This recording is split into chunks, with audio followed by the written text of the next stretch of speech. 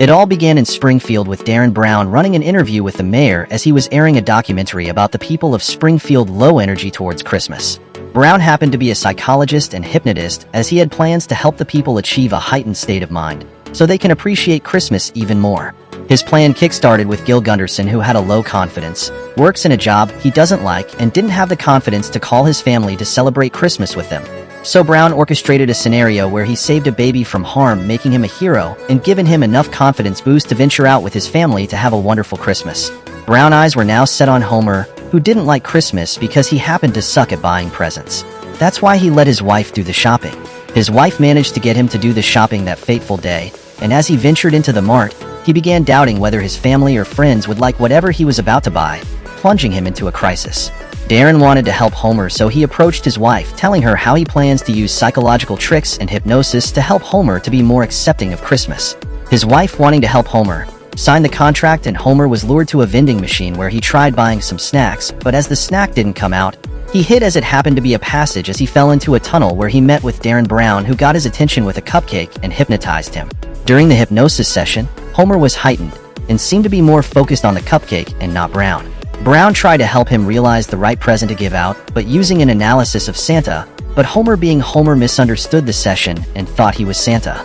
Brown tried bringing him out of the deep trance, but it seems not to be working as Homer rushed off, telling everyone that he was Santa. The people of Springfield didn't believe him at first, but Homer believed in himself, and as time passes, the belief Homer might actually be Santa began taking root in their heart, as Homer even got a little child to become his elf. Springfield explodes as it was now recognized as the true home of Santa Claus, as everyone now believed in Homer except Ned, who happened to be a devoted Christian, as he stated Santa Claus was just a fairy tale. Marge, Homer's wife, seemed to be upset with the new development, but Bart munched on his noodles as he didn't seem to care. Darren Brown realized the errors of what he had done to Homer, as Springfield had become some kind of Christmas cult, so he gathered the people of Springfield for Christmas Jubilee. There, he broke it to them that Homer wasn't Santa, but he didn't know that because he was hypnotized. He brought Homer on stage and put him to sleep, and also fixed his errors by making Homer realize he wasn't Santa. The people of Springfield thought they were hypnotized and asked Brown to fix it. However, Brown explained that they weren't, and that humans often believe in imaginary beings to cling to, much like some cults. He said it was natural human behavior for some people. Ned happened to be listening to every word and questioned his belief in Christianity, whether God was real. Ned was having a crisis when Marge led him outside and tried to help him rekindle his faith. However, it became worse as Ned felt that if God existed, he would never have taken both of his wives from him. It was a depressing morning for Ned as he woke up and nothing was of interest to him, as he began to get rid of items and objects that reminds him of his faith. Marge happened to be watching this from her apartment and felt really bad as he sought of a way to help him out. Marge met with Darren Brown to help with Ned's case, but Brown didn't want to repeat the same mistake like he did with Homer, so he put her to sleep and sent her out. Homer, little elf, paid him a visit as Homer seemed empty as he was no longer Santa, but the child still believed Homer could be Santa. Homer was moved by him, and they got to work making toys and setting up their reindeer, just like Santa.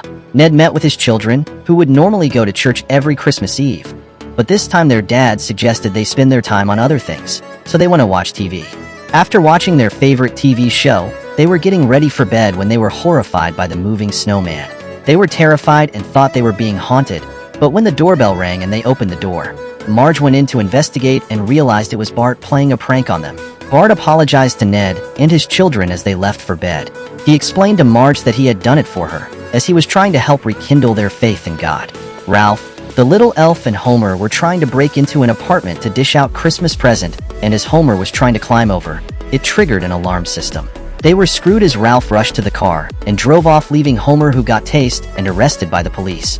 Homer, in prison, felt bad and sobbed as he wasn't going to spend Christmas with his family, and just as he was about giving up on Christmas, his little elf Ralph appeared in jail with keys and broke him out. Homer decides this time to be Santa for just his family as he hugs Ralph, and they decide to stop by a restaurant for some food before they get separated. Ned was walking around aimlessly, seemingly depressed about everything. He even passed by his former church, where the minister was welcoming people for Christmas Eve. The minister tried calling Ned, but Ned pretended not to see him as he walked by. Still wondering, Ned stumbled on a professor and scientist who invited Ned to his submersible to have a view of the rare creatures lurking underneath the ocean. Ned and the scientist were at an experimental depth as Ned became marveled at the sea creatures thriving underneath the ocean. The submersible had gone some distance and was in danger of imploding. Just when they thought they were in a safe zone, the submersible imploded. However, Ned and the scientist were not crushed and somehow managed to survive as they swam to the surface. Ned believed it was a miracle, and this helped him rekindle his faith. Homer and his family waited for him ashore, and Ned told them how he had rekindled his belief in God. He also expressed his renewed faith to his children as he left with them. Darren Brown swam ashore. It turns out that Darren Brown had orchestrated the entire scenario to help Ned rekindle his belief in God. Brown explained to Marge that although he has issues with religion, he does understand the need to find meaning in life. That's why he did what he did. Homer, who was bad at giving presents, handed Brown a gift, and it turned out to be the perfect one. It was exactly what Brown needed. He was delighted and thanked Homer, and that was how the movie ended.